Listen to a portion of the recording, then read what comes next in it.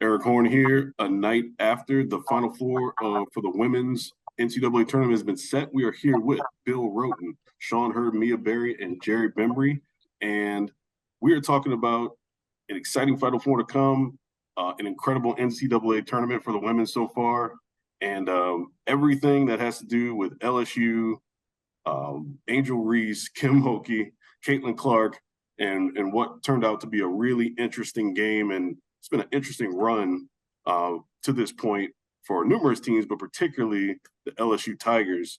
I guess I'll just start with Mia. You know, we had some conversations leading into the video, and we were talking a little bit about everything that's come of the LSU team this year, including the past week or so with different pieces from the Washington Post and the LA Times.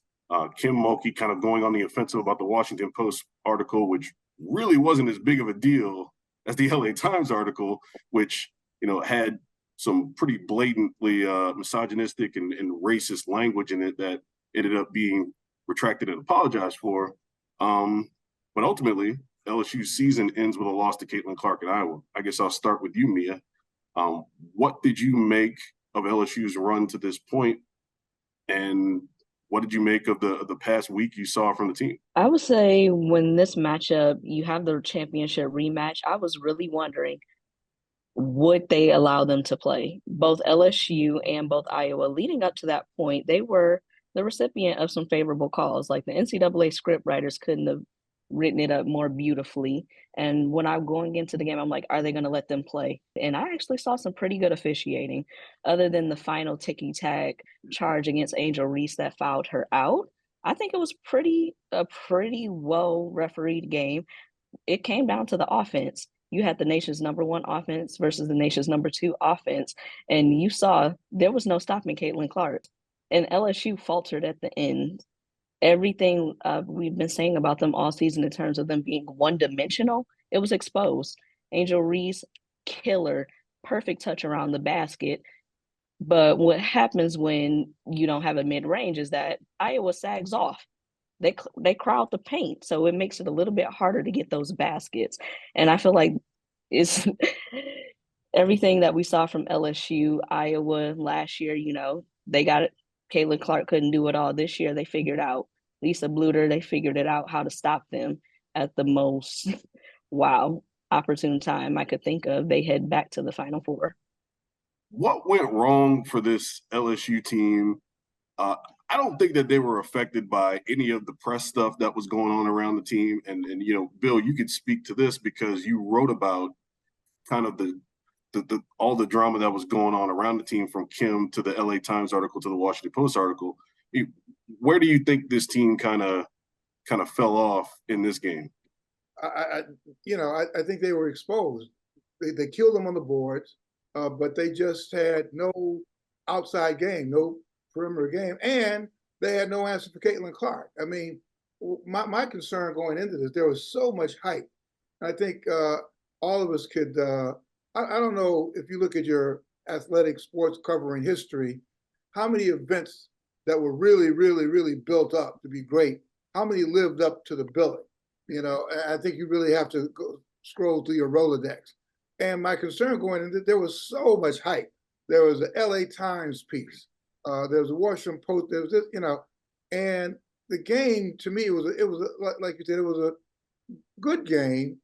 But the person who lived up to the billing was Caitlin Clark. I mean, if you had any doubts at all, this was anything have to do with overhype or whatever, this woman delivered. And Angel Reese she did what she did, as Mia said. But I just think her teammates did not come up like Iowa's teammates came up. And I will say this, talk about the pressure. I was really touched. I guess you guys saw Angel Reese's post-gamer. And it was really, really touching in that she just talked about all the pressure that she had been under. I don't know how many other people in the tournament, outside of maybe Dawn State and South, had dealt with death threats and all the kind of stuff that she had been dealing with. So I think, was this the best tournament? I think it's one of the greatest tournaments in a while. And I'm really looking forward to the Final Four. Perfect segue though, Bill. Talking about kind of the emotions in post game, and I think it's one of those conversations that can go on and on about when an athlete, whether it's a professional or an amateur, conducts themselves in a way that shows their confidence and is boastful. Angel and Caitlin kind of talked about that back and forth leading into the game and talked about how it was friendly competition. And I think that really helped put things in perspective as far as the people who've been watching, because we've seen this happen. We saw it happen last year when you wrote about it at the Final Four, Bill, about how and even in the LA Times article, the good versus evil thing, how the nation has kind of pitted these two women against each other, when in reality, they're both taunting back and forth. They're both very confident in their games. But there's also a school of thought that, and I don't believe in this, but I think there's a school of thought that there's a certain comeuppance that comes with when you act a certain way, and when you're confident about your game, this is what you reap, so to speak. But it was cool last night to see the raw emotions of Angel Reese and also her teammate supporter in that moment. Despite her being somebody who put herself out there to be exposed to the criticism. And I wanted to see what you thought about it, Jerry, because you've written about Angel Reese going all the way back to her high school days and how this is something that's followed her from her high school days to now, as people who have been critical of the way that she acts on the court. Yeah, Angel has always had a stellar career at St. Francis High School. She was all everything. In NCAA level, NCAA champion, SEC Player of the Year, 3-time first team all conference. So she has a greatly decorated career. The emotions come out with all the criticism she got, and it's the danger of social media, that when you have a big following on social media, you have a big platform. There are going to be people who take digs at you and people who support you. So it's unfortunate that the criticism that's been leveled against her has been to that extent. We also see it with LeBron James. People love LeBron and they hate him. So it's something that's there when you get on social media and get that platform. That's not going to take away from Angel Reese's greatness as a ball player. I think she was a better player this year than a year ago. I think she was better at establishing low post position. She was a better rebounder. Last night was a tough game for her after she injured her ankle. She was 1 of 10 from the field in the second half. And, she struggled in some of those putbacks. They had 23 offensive rebounds, but I think they had 14 second chance points. So that's a team not really delivering on those offensive boards. So, but to reiterate the points that Mia and Bill made, this was a great game for basketball. I remember going to the Iowa-Maryland game in 2023, where there were empty seats at the University of Maryland Center, and I got $10 tickets with some friends because we wanted to see Caitlin Clark. And trying to go back this year, and you couldn't get there because it was a sellout. I remember doing a story in Angel Reese a year ago where the PMAC had its first sellout since the reconfiguration, all because of the women's basketball team. So I think women's basketball right now is in a great place. I think there used to be the top 10 teams, and there used to be a big drop between 10 and the rest of the field.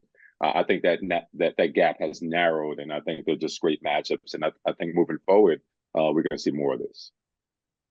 It's been a year for Angel Reese, to say the least. Sean just starting the year with the strange suspension by Kim Mulkey, and to which we really still don't have as many answers as we would probably like to about that. Sean, you've been able to be around some pretty special athletes this year, Juju Watkins and watching Angel Reese throughout the season. What have you thought about kind of the title defense for LSU and what Angel's been through this year, and whether it's the Kim Mulkey stuff or the Caitlin Clark stuff? I think one thing that's always appreciated about Angel is she's very much authentically Angel at all times. And I think her ability to kind of really persevere through this season, which LSU has, gone through a lot of adversity this season in multiple forms, has been really admirable. I think one thing that you can kind of, a lot of people criticize Angel. I think one thing you can never criticize about her, especially watching her play, and especially in those first opening minutes last night, was just her drive and her motor on the floor, like the hustle that she plays with. It was really unfortunate that she kind of had that uh, ankle injury, early in the game, because I feel like we could have maybe seen a different Angel in the back half of that game if she didn't have that um, little mix up earlier in the game. But overall, I think I'm curious to know, if she feels like if her college career is over. Does she feel like she needs to accomplish anything else in the college game, or is she ready to go ahead and take it to the next level?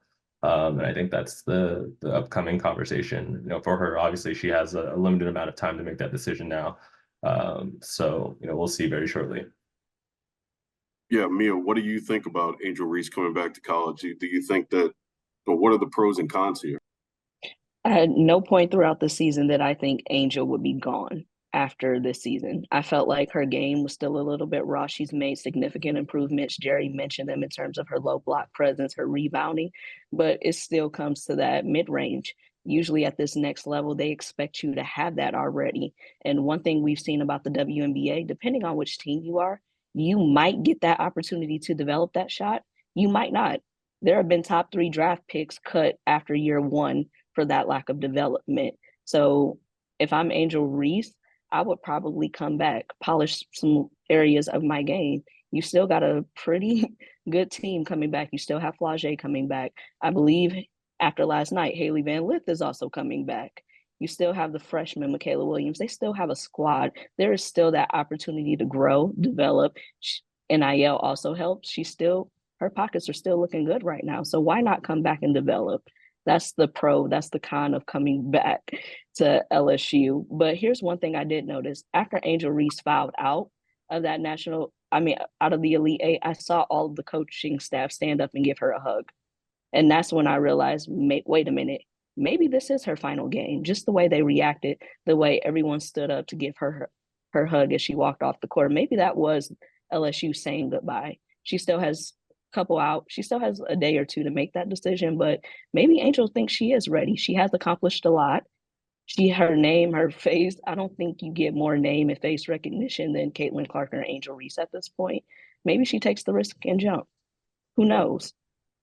I remember, I wonder what Kim Mulkey thinks. I had a conversation with Alexis Morris, and Alexis was saying, didn't you have another year? She said, no, but Kim was telling me to go. She said, go, go, go, go, go. And so I'm wondering if Kim has said, you know what, enough is enough. So baby, go ahead. I think go while you're hot. Maybe it depends on how big a headache Kim Mulkey thinks Angel is, and who does Kim Mulkey have coming in? I agree with you. She's making a lot of money, but it just depends on. I'd love to have hear those conversations with Kim Mulkey saying, do we really want to deal with another year of Angel Reese? I got this girl coming in from so-and-so. So it just depends on whether Kim Mulkey is saying, Angel, I think you've accomplished everything you could accomplish. Go ahead to the next, why don't you go to the next level? Strike while the iron's hot. So I think it depends. She would be costing herself a potential national championship if she did that. So I don't know. We saw what happens when she kind of pushed Alexis Morris out. One thing people forgot, Alexis Morris was that clutch. She was that guard that took over. She was that consistent guard play that they were missing all season. They tried to duplicate it with Haley Van Lith. Didn't necessarily work out. So if I'm Kim, you still have a great supporting staff. You have some great freshmen coming in. Use this as a development for them. Use this as development for Angel. I think if she were to push her out, maybe it's out of love. Maybe it's out of, you've done what you could do. You're hot, go on. But also, it's beneficial for both of them. It's a win-win for both Angel and Kim if she stays. I think every college coach wants the best opportunity to win a national championship. And Angel Reese gives LSU the best opportunity to win a national championship next year. So in that conversation, I think Kim would want her back. We mentioned Angel's mid-range game. I think Angel needs to work on her ability to finish around the basket too. I think she has a very unorthodox delivery around the basket. I think if you rewatched the second half last night, there were a lot of those putbacks that were either long or short. She had difficulty finishing with body contact, and I think that's another aspect of a game. Maybe like a little jump hook, or just get a little bit more lift on her shot as opposed to jumping into players, which she likes to do. When she gets to the next level, WNBA, jumping into players is not going to work when you're going against 6'5", 6'6", 6'7". So I think that's an area of her game that she needs to work on. If she gets dedicated, does that this summer, then I think she'd come back even better next season and put herself in a better position to go to the WNBA. LSU's got to retool. Kim's really good at getting transfers in, so I'm sure she'll have, another talented team next year. And, if Angel Reese is a part of it, then they're going to be a preseason top, 2 or 3 team probably. But y'all want to talk about South Carolina? Yeah. I mean, I don't know what you guys think. I'm looking at the story. I mean, this is a heck of a field. You look at UConn look really, really, really strong. I mean, Paige, remember, Paige, you remember, I think she was the Caitlin Clark 3 years ago.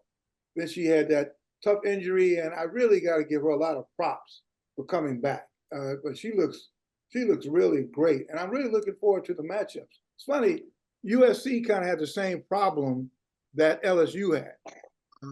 Clearly, Juju Watkins is great, but the team, the team she played against, Connecticut's team was just solid, man. They've just got a great team, an entire team. Not just Paige is great, but they've got a great team around it. So I'm just curious, what do you guys think? As journalists, sometimes we root for the story, at least maybe admission on my part. So what's the best story? I'm just curious what you guys think will be the best final story for us that we can write about. To me, South Carolina's got to be somewhere in that equation. South Carolina and who? Maybe that's what I said. South Carolina and who? I mean, starting with South Carolina, of course, I think the obvious thing here is if South Carolina ends up winning, they're winning with an undefeated season, which has only happened so many times in college basketball history. And when you kind of give the parameters of how they got there, it makes for probably one of the best seasons that we've seen in women's college basketball. I mean, UConn is with the adversity that they've had to overcome this season with all of their injuries and playing 7 players and having 2 freshmen in the starting lineup. I mean, that's a pretty miraculous feat if they're able to reach the mountaintop, I would say. And I mean, obviously we've seen just how good Paige Beckers is, and like Bill was saying, she didn't do it alone. Aaliyah Edwards was excellent last night, and so yeah, I mean, I think UConn would be equally just as good, right? And then there's also the Caitlin Clark. Is she the best player in college basketball? A championship for a lot of people is what cements that.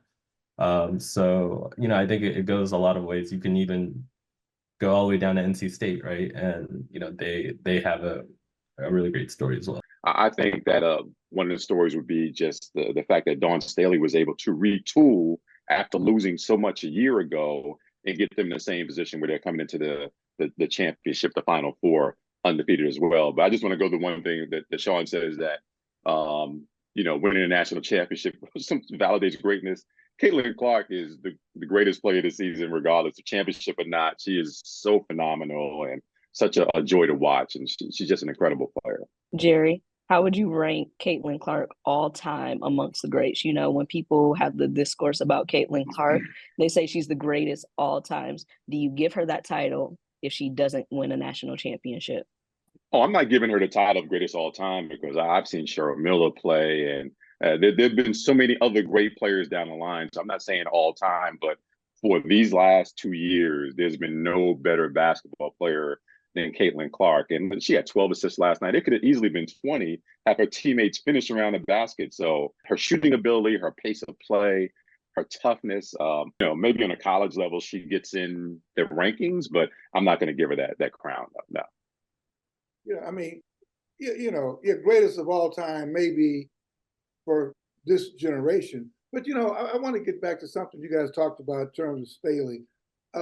Sean, you've written great pieces about Staley and Mia, Jerry, and it's hard to say this that she hasn't given her due, but I forgot who wrote the piece. But when people were ranking, there's some ranking, wasn't ours, a ranking of all the best X's and O's coaches, and Dawn surprisingly was always on the lower rank of that.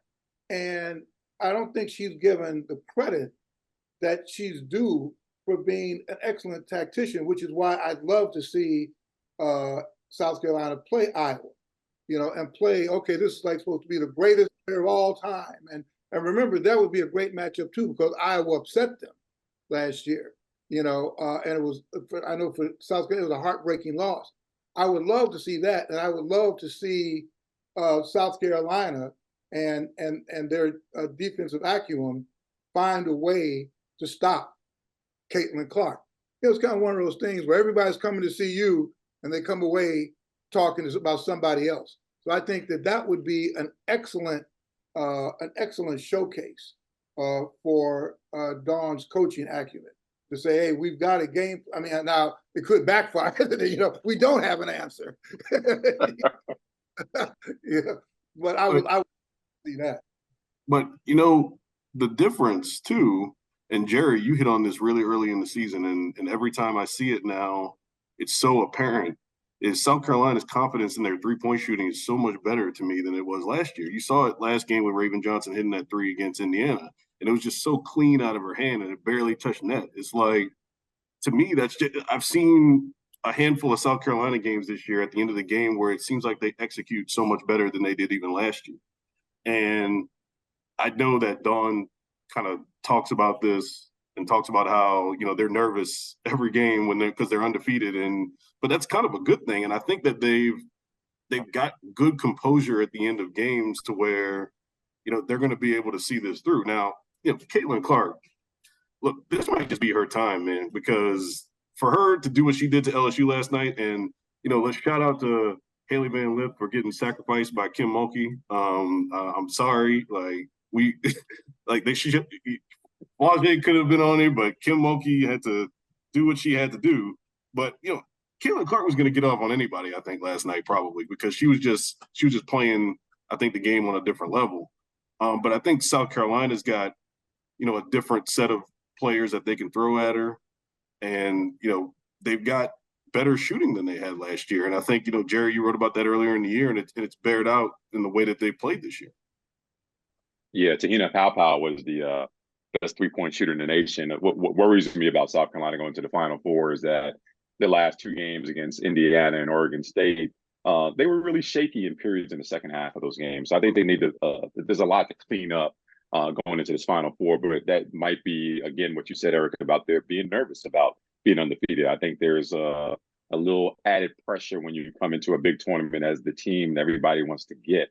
And there's so many talented teams in the Final Four this year that anybody can get got. So they got to be careful. They got to come at the top of their game. And I hope they do win, because Dawn Staley is, to me, the best coach in the nation, and that would solidify it.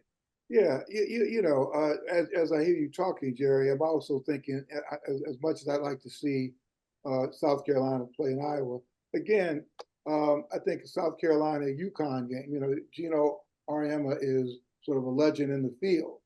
And in some ways, people have kind of said that the South Carolina program has sort of replaced that. I think that would be a great matchup too. I think we're all saying this women's basketball is just such a great spot. If you look at this infusion of young talent coming into the game, it's really amazing. You mentioned Juju Watkins, Hannah Hidalgo. I just think that they're no matter who's in the Final Four and who's in the championship game, I think the women's game, and particularly at the college level, is in such a great spot. I think the challenge moving forward, this is probably another conversation for another roundtable, is how does the WNBA, how do they capitalize on this? And how do they expand to accommodate the talent. Because you mentioned, I think it was you, Jerry, you mentioned somebody like Angel Reese needing to improve, but a lot of players have said that in the WNBA, you don't really have a lot of time. There's not a lot of time and space to improve. So I think as great as the college game is, to get to the next level, again, I know this is another conversation. How does the pro level basically use this momentum to keep the momentum and grow? That's what I'm sort of curious about. I'm curious. And I will say this, Bill, I went to a couple of Las Vegas Aces game a year ago. I did a profile on Asia Wilson. I think the talent in WNBA is spectacular right now. I mean, just on that Las Vegas team alone, you have Asia, you have Chelsea Gray, you have Kelsey Plum. There's some great players in the league, and I really enjoy watching that league as well. So I think this influx of players from the college game going to the WNBA will bolster that league, bolster their ratings, which were at all-time highs a year ago as well. So I'm excited for the place of women's basketball right now. Thanks for joining us, everyone. We appreciate it. Make sure to check out Andscape.com for all of our Final Four coverage, men and women's. We will be back later on this week, talk a little bit about the men's tournament, and see you soon.